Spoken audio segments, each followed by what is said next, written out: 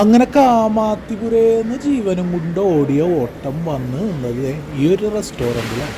Mezban restaurant നമ്മളുടെ മുംബൈ കൊളാബയിലുള്ള അത്യാവശ്യം കുഴപ്പമില്ലാത്ത ഒരു റെസ്റ്റോറൻറ്റാണ്. അപ്പോൾ നമുക്ക് ഫുഡ് കഴിക്കണം. 12:10 അപ്പോൾ ബ്രേക്ക്ഫാസ്റ്റും ലഞ്ചും കൂടി ഒരുമിച്ച് കഴിക്കാൻ പോകും. അത്യാവശ്യം തരക്കേടില്ലാത്തൊരു റെസ്റ്റോറൻറ്റ് തന്നെയാണ്. നമ്മളിതേ ഇരുന്നപ്പോൾ തന്നെ അതിൻ്റെ കൂട്ടുകക്ഷികളൊക്കെ ഇങ്ങനെ വന്ന് ടേബിളിൽ ഇരുന്നിട്ടുണ്ട്. നമ്മൾ ആദ്യം പറഞ്ഞത് ഇസ്താംബുൾ ചിക്കനാണ്. അതായത് നീണ്ട അരിയിലുള്ള റൈസും അതുപോലെ തന്നെ ചിക്കൻ്റെ ഒരു ഗ്രേവി മിക്സ് ഒരു ഐറ്റം, അതുകൂടാതെ ഈ ഒരു മട്ടൻ പുലാവും.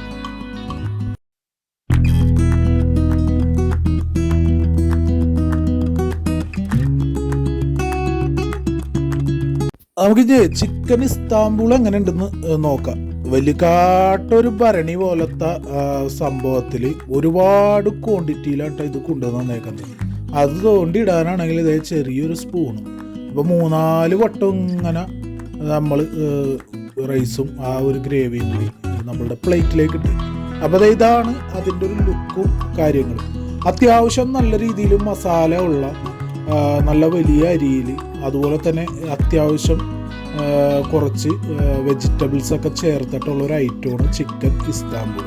അങ്ങനെ നമ്മൾ നമ്മളുടെ കൈവച്ച് ഒരു 3-4 കുഴയൊക്കെ കുഴച്ച് ആ ഒരു മസാലയൊക്കെ കൂട്ടിച്ചേർത്ത് നമ്മളുടെ വായിലേക്ക് വെച്ച് എന്തായാലും നല്ലൊരു ടേസ്റ്റിൽ തന്നെ ഇരുന്നിട്ട ചിക്കൻ ഇസ്താംബുൾ. നമ്മളാ കാണുന്ന ഒരു മസാലയുടെ കുത്തോ അല്ലെങ്കിൽ മസാല അധികമായി എന്നൊരു തോന്നലൊന്നുമില്ല. അതിനെ എടുത്തു നിർത്തണത് അവരുടെ ആ ഒരു മസാലക്കൂട്ട് തന്നെയാണ്.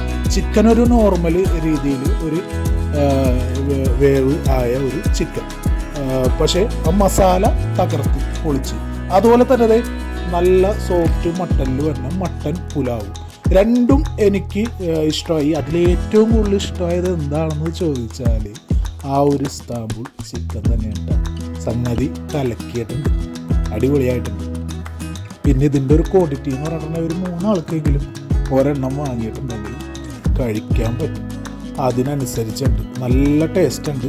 ആ ഒരു മസാല നമുക്ക് നല്ലൊരു ടേസ്റ്റ് തന്നെയുണ്ട്. അപ്പോൾ ഇതാണ് ആ ഒരു റെസ്റ്റോറൻറ്റ്, മെസ്ബാൻ റെസ്റ്റോറൻറ്റ്.